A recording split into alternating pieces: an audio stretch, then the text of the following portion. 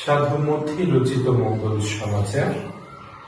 এদিকে যিশুর 11 জন শিষ্য এবার গালিলিয়ায় চলে এসে সেই পর্বতে গেলেন যেখানে যিশু তাদের যেতে বলেছিলেন।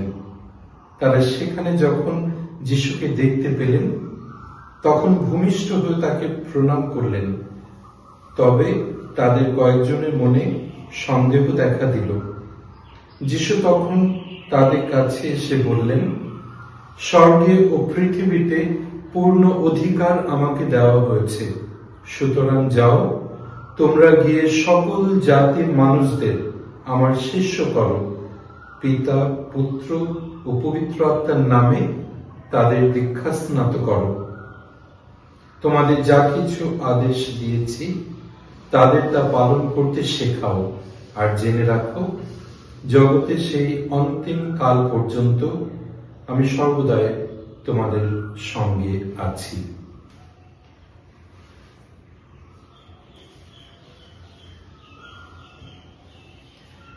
যীশু খ্রিস্টের প্রিয়জনেরা, একটি বহু পুরনো গল্পে বলা আছে যে একবার দ্বিতীয় বিশ্বযুদ্ধের সময় পোল্যান্ডে এক সুন্দর বিশাল গির্জা ছিল, যেখানে যিশু ক্রুশ মূর্তি, আশ্চর্যকারী ক্রুশ মূর্তি ছিল। মানুষ যিশুর পা স্পর্শ করে যা যাচনা করত তাই পেত। এখন যুদ্ধের সময় সেই পালক পুরোহিত সিন্দুক থেকে পবিত্র খ্রিস্ট প্রসাদ তিনি বুকে জড়িয়ে ধরে সেই শহরের রাস্তায় বের হয়েছিলেন এবং একটি ধার্মিক পরিবার তাকে ডেকে বলে, ফাদার, আমাদের সাথে থাকুন। লোকে মাটির নিচে ঘর করে সেখানে বসবাস করতে শুরু করে। সেই পুরোহিত তাদের সঙ্গে যান এবং 1 মাস তাদের সাথে থাকেন, খ্রিস্ট প্রসাদ গ্রহণ করেন, প্রার্থনা করেন। যখন বিশ্বযুদ্ধ থেমে গেছে তখন সব মানুষ আবার মাটির উপরে ফিরে এসে দেখতে চাইছে তাদের ঘর বাড়ির কি অবস্থা, তাদের সম্পত্তির কি অবস্থা।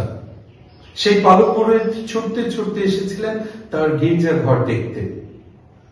তিনি দুঃখে ভেঙে পড়েছিলেন সেই গির্জার অবস্থা দেখে। গির্জা সমস্ত ভেঙে তছনছ হয়ে গেছে, বেদি ভেঙে গেছে, দেওয়াল ভেঙে গেছে, কিচ্ছু নেই।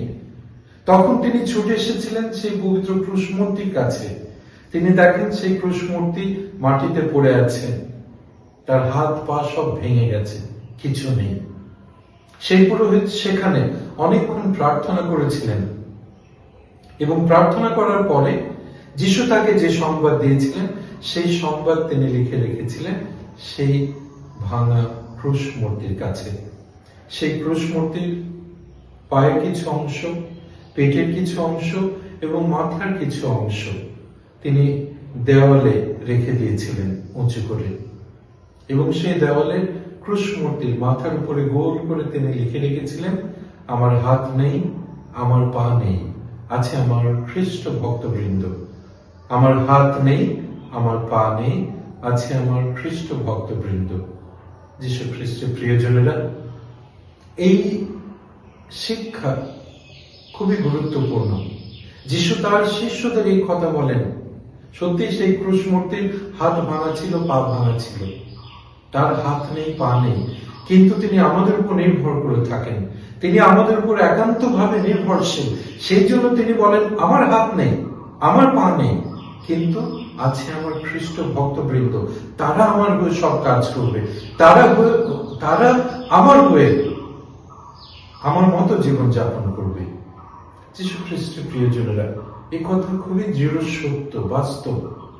আমরা যখন খ্রিস্ট প্রসাদ গ্রহণ করি তখন আমরা প্রভু যীশুকে সশরীরে গ্রহণ করি এবং প্রভু যীশু আমাদের দেহে রক্তে শাখা প্রশাখায় মিশে যান। সেই অর্থে সাধু পল বলেন, এসো আমরা খ্রিস্টকে পরিধান করি।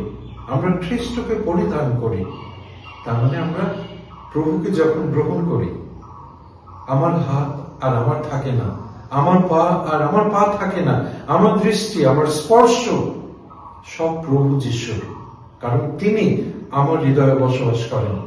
আমার পৃথিবী তার পৃথিবী হয়ে যায়, প্রভুর পৃথিবীতে পরিণত হয়। আর সেই জন্য আমার কথাবার্তা, আমার চিন্তাধারা, আমার চালচলন, আমার আচার আচরণ, ব্যবহার সবকিছু যেন যিশুর মতো হয়, কারণ তিনি আমার হৃদয়ে আসেন।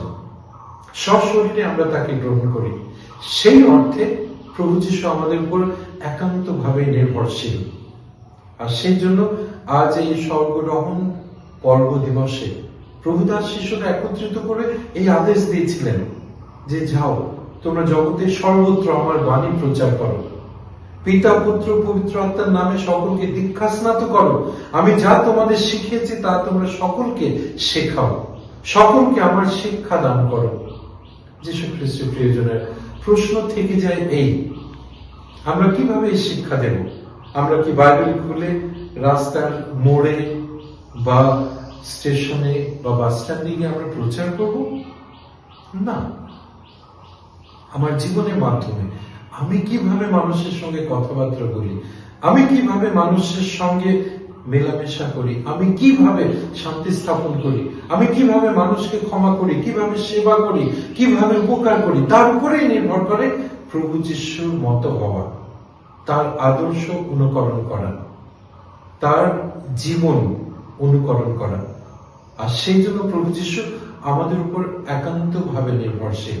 তিনি আমাদের উপর নির্ভর করেন তার প্রতিটি কথার জন্য, তার প্রতিটি সেবা কাজের জন্য, তার প্রতিটি স্পর্শ, তার প্রতিটি আশীর্বাদ, তার উৎসাহ বাণী, সবকিছুর জন্য প্রভু যিশু আমাদের উপর নির্ভরশীল একান্ত ভাবে। আর সেই অর্থে তিনি আমাদের বলেন, আমার হাত নেই, আমার পা নেই, আছে আমার খ্রিস্ট ভক্তবৃন্দ। যীশু খ্রিস্টের প্রিয়জনেরা, আসুন আমরা প্রার্থনা করি, আমরা প্রতিজ্ঞাবদ্ধ হই আজ এই শুভ পর্ব দিবসে। প্রভু আমাদের আদেশ দিচ্ছেন যে আমরা যেন জগতের সর্বত্র যাই, তার বাণী প্রচার করি, আর একমাত্র মাধ্যম আমাদের জীবনের মাধ্যমে। আসুন আমরা নিজেদের প্রশ্ন করি, আমি কিভাবে মানুষের সঙ্গে কথাবার্তা বলি, কিভাবে আমি তাদের সঙ্গে মেলামেশা করি, আমার ব্যবহার কিরকম, আমার আচার আচরণ কিরকম। আমাকে দেখে কি মানুষ বলতে পারবে আরেকজন খ্রিস্ট, প্রভুর মতো? তারা কি বলতে পারবে আমি তার আদর্শ? আসুন আমরা প্রার্থনা করি যীশু খ্রিস্টের প্রিয়জনেরা প্রভুকে গ্রহণ করে আমরা যেন তার মতো হতে পারি, তার হয়ে আমরা যেন তার সমস্ত কাজ করতে পারি। প্রভু আবার বলেন, আমার হাত নেই, আমার পা নেই, আছে আমার খ্রিস্ট ভক্তবৃন্দ। আমরা যেন তার হয়ে কাজ করতে পারি, তার সমরূপ হতে পারি। জয় যীশু।